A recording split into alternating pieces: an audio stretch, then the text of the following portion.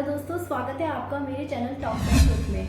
आज इस वीडियो में मैं बताऊंगी कि बिना डरे लोगों से कैसे बात करें। मतलब जो लोग इंट्रोवर्ट होते हैं, आखिर वो खुद को कैसे चेंज करें। सबसे पहले हम बात करेंगे कि आखिर इस डर की वजह क्या क्या हो सकती है, फिर उसकी सॉल्यूशन साइड्स भी देखेंगे। दोस्तों, जब लाइफ में कुछ करने की बात होती है तो सबसे पहले हमें लोगों का सामना करना पड़ता है और उनसे बात करनी पड़ती है। कुछ लोगों का ये कहना है, ये मानना है कि हमें लोगों से फ़र्क नहीं पड़ता, लेकिन मेरा ये कहना है कि आप खुद से सवाल करना, जब अकेले बैठो, शांत बैठो, तो खुद से सवाल करना कि आखिर ये बात सही है। ये मेरा मानना है कि ये बिल्कुल पूरी तरीके से गलत है, क्योंकि हम दुनिया के किसी भी फील्ड में चले जाएं, हमें लोगों से डील करना ही पड़ेगा, हमें अलग अलग तरीके के लोगों का सामना करना ही पड़ेगा। तो चलो वीडियो को और लंबा ना करते हुए बात करते हैं कि आखिर इसकी क्या वजह है और इसकी सॉल्यूशंस क्या हैं। वीडियो को शुरू करने से पहले आप अपने दिमाग में ये बात बिल्कुल क्लियर रखो कि जो आप कर रहे हो वो पूरी तरीके से सही है। आप इस काम को कर पाएंगे या नहीं, ये फैसला आप करें, ना कि दूसरे। ये बात आपको पूरी तरह से क्लियर होनी चाहिए।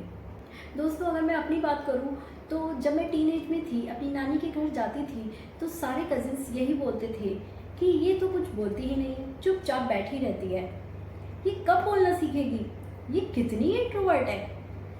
और ये सुनकर मेरे कान पक जाते थे, ये सुनकर मेरे कान इतने पक जाते थे, मैं कभी कभी परेशान हो जाती थी। और जब मैं बोलने से डरती थी तो इसकी वजह से लोग मुझे गलत समझते थे और मुझे चालाक भी समझते थे, और इसी वजह से मेरे दोस्त भी बहुत कम थे। तो चलो आइए जानते हैं इसकी क्या क्या वजह हो सकती है और इसके क्या क्या सॉल्यूशंस हो सकते हैं। दोस्तों, सबसे पहली वजह ये होती है कि कभी कभी हमारे पास टॉपिक ही नहीं होता बात करने का। हमें समझ ही नहीं आता किस टॉपिक पर बात करें, कैसे बात करें, कैसे शुरुआत करें।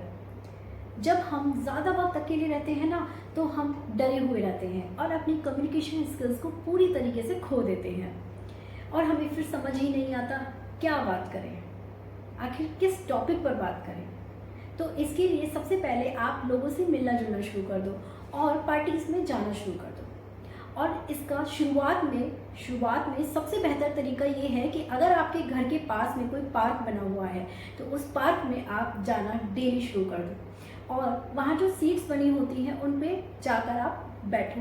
जहाँ कोई एक बंदा बैठा हो, शुरुआत में जब कोई एक बंदा बैठा हो उस सीट पर जाके बैठो और किसी भी तरीके से अपनी बात को इनिशिएट करो। जैसे कि आप कहाँ से आते हैं अंकल, आप क्या करते हैं। ये पार्क तो पहले बहुत अच्छा बना हुआ था, इस तरीके से किसी बात को आप इनिशिएट कर सकते हैं। फिर थोड़े दिन बाद जब आपका थोड़ा डर खत्म हो जाएगा तो आप अपनी उम्र के बराबर के लोगों के साथ बैठना शुरू करें और फिर किसी भी तरीके से बातों को इनिशिएट करें। इससे आपका धीरे धीरे डर खत्म हो जाएगा और आपको टॉपिक भी खुद ब खुद मिल जाएंगे बात करने के लिए। है ना अच्छा तरीका। बड़ी दूसरी वजह ये है कि देखो, बड़े ध्यान से सुनना, ये बहुत बड़ी वजह है। बहुत सारे लोग हैं जो इस चीज़ से गुजर रहे हैं। सबसे बड़ा दूसरा रीज़न है ओवर थिंकिंग। बहुत सारे ऐसे लोग हैं जो ओवर थिंकिंग का शिकार हैं। मतलब उनको अंदर ही अंदर कुछ ऐसा लगता है कि अगर मैंने कुछ बोला और कुछ गलत बोल दिया तो लोग क्या सोचेंगे, और इसी वजह से वो अपनी लिमिट बना लेते हैं बात करने की और खुलकर बिंदास होकर कुछ बोल ही नहीं पाते। देखो, इसका सीधा सॉल्यूशन ये है कि हर इंसान जो वो कर रहा होता है और जो वो बोल रहा होता है उसे पता है कि वो कितना % सही है, कितना % गलत। तो इसीलिए आप इतना मत सोचो यार, इतना डरने की ज़रूरत नहीं है। लोग तो आप कुछ अपना व्यू रखोगे तब भी कुछ बोलेंगे, और कुछ नहीं बोलोगे तब भी वो अपना व्यू रखेंगे आपके लिए।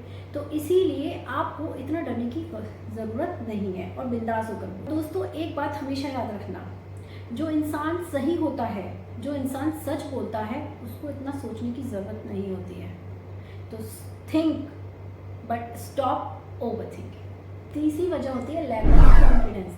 कभी कभी आपको लगता है कि आपको नॉलेज नहीं है और सामने वाला जो है वो आपसे ज़्यादा होशियार है, तो आप चुप रहना पसंद करते हो, लेकिन आपको ऐसा बिल्कुल भी नहीं करना चाहिए, क्योंकि कभी कभी ऐसा भी होता है कि जो सामने वाला होता है, वो दूसरा बंदा जो होता है सामने वाला, वो गलत बोल रहा होता है और झूठ बोल रहा होता है, लेकिन उसकी आवाज़ में इतना दम होता है कि हमें लगता है कि यार ये बंदा तो सच में सच बोल रहा है, बिल्कुल सही बोल रहा है। तो जब ऐसी सिचुएशन हो, जब आप कॉन्फिडेंट ना हो, तो एक्ट लाइक अ कॉन्फिडेंट। जैसे कि बहुत छोटा सा एग्जांपल देती हूँ मैं आपको। जब हम छोटे छोटे होते थे तो मम्मी के साथ शॉपिंग करने जाते थे, तो वो बार्गेनिंग करती थी और शॉपकीपर को बोलती थी कि भाई पैसे सही लगा लो, भैया पैसे सही लगा लो, आप ही की दुकान से लेते हैं, जब मेरे बच्चे छोटे छोटे थे तब से आपकी दुकान से ले रही हूँ, तो पैसे सही लगा लो। वहीं दूसरी तरफ दुकान वाला भी यही कर रहा होता है। दुकान वाला भी कहता है मैडम सबसे अच्छी क्वालिटी का प्रोडक्ट दे रहा हूँ आपको, और सबसे सस्ता, पूरा मार्केट दिखाइएगा, कहीं भी नहीं मिलेगा आपको। जितना आवाज़ में दम हमारी मम्मी की आवाज़ में होता है, उतना ही आवाज़ में दम दुकान वाले की आवाज़ में होता है। और जबकि दोनों को ही पता है कितना परसेंट वो लोग सही हैं और कितना परसेंट गलत, लेकिन वो फिर भी कॉन्फिडेंटली बोल रहे होते हैं अपनी बात को। तो बस आपको भी यही करना है, और फिर देखना आपका डर कैसे डर कर भाग जाएगा। है कंफर्ट जोन, मतलब आपने कुछ लोगों को देखा होगा, वो अपने कंफर्ट जोन को छोड़ना ही नहीं चाहते। मतलब अगर अलग भाषा में मैं बात करूं तो बेहद आलसी लोग जो अपने कंफर्ट जोन से निकलना ही नहीं चाहते, मतलब इसी वजह से वो कुछ बोलते नहीं है। मतलब उनको ऐसा लगता ही नहीं है कि अगर कहीं बात हो रही है तो उन्हें भी कुछ कंट्रीब्यूट करना चाहिए उस कॉन्वर्सेशन में। इसके लिए मैं एक छोटा सा एग्जांपल लेती हूँ। अब मान लीजिए आप किसी पार्टी में गए और वहाँ 5 या 6 लोग हैं और सभी लोग अपनी अपनी बात कर रहे हैं, कुछ ना कुछ बोल रहे हैं। आपके पास भी बहुत कुछ है बोलने को, लेकिन आप अपनी लेजीनेस की वजह से कुछ बोलना ही नहीं चाहते हो। आपको लगता है ये लोग बोल तो रहे हैं, ठीक है, आई एम लिसनिंग, लेकिन आपको ऐसा नहीं करना चाहिए। इसकी वजह से आपके अंदर धीरे धीरे डर आ जाता है और उस डर की वजह से आपकी कम्युनिकेशन स्किल्स इम्प्रूव नहीं हो पाती। तो इसका सीधा सॉल्यूशन यही है कि आपको ज़रूरत है खुद को एनर्जाइज करने की, एक्सरसाइज करने की। आपको बहुत ज़रूरत है खुद को मोटिवेट करने की, खुद को बदलने की। तो आप प्लीज़ इस चीज़ पे ध्यान। आखिरी वजह है बॉडी लैंग्वेज। जी हाँ, आपकी बॉडी लैंग्वेज भी बोलती है, ये आपने भी सुना होगा। तो आखिर बॉडी लैंग्वेज का क्या काम है यहाँ पर?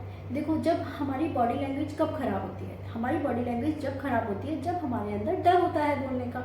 जैसे ही ये डर खत्म होगा, बॉडी लैंग्वेज खुद इम्प्रूव हो जाएगी।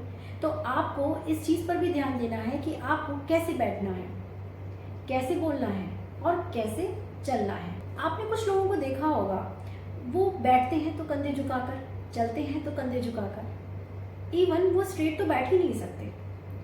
तो इस चीज़ का भी बहुत इम्पैक्ट पड़ता है आपकी लाइफ पर। यार छोड़ो आलस, निकलो अपने कंफर्ट जोन से बाहर, एक्टिवेट करो खुद को, पार्टिसिपेट करो अपनी लाइफ में, कुछ कंट्रीब्यूट करो अपनी लाइफ में।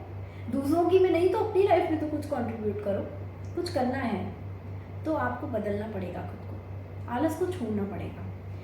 मैं आपको एक एग्जांपल देती हूँ। मैं एक अपने ऑफिस में जाया करती थी और वहाँ पर एक त्रिपाठी सर थे।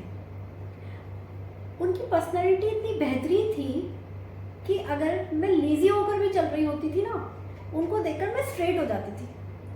उनका ऑरा ही गजब था। कुछ लोग इतने एनर्जेटिक होते हैं, इतने एक्टिव होते हैं, इतने एनर्जेटिक होते हैं कि उनका ऑरा इतना स्ट्रांग होता है कि आप उनके पास बैठो और उनके साथ रहो ना, तो आप भी वैसे ही हो जाओगे। अगर आपकी लाइफ में भी कोई ऐसा इंसान है तो आप भी उसका साथ पकड़ लीजिए, छोड़िएगा मत। आपकी पर्सनैलिटी में आप खुद इम्प्रूवमेंट महसूस करेंगे। तो आज की वीडियो में इतना ही दोस्तों। जल्दी मिलते हैं एक नई वीडियो के साथ, कुछ नई चीज़ों के साथ। Bye bye, take care.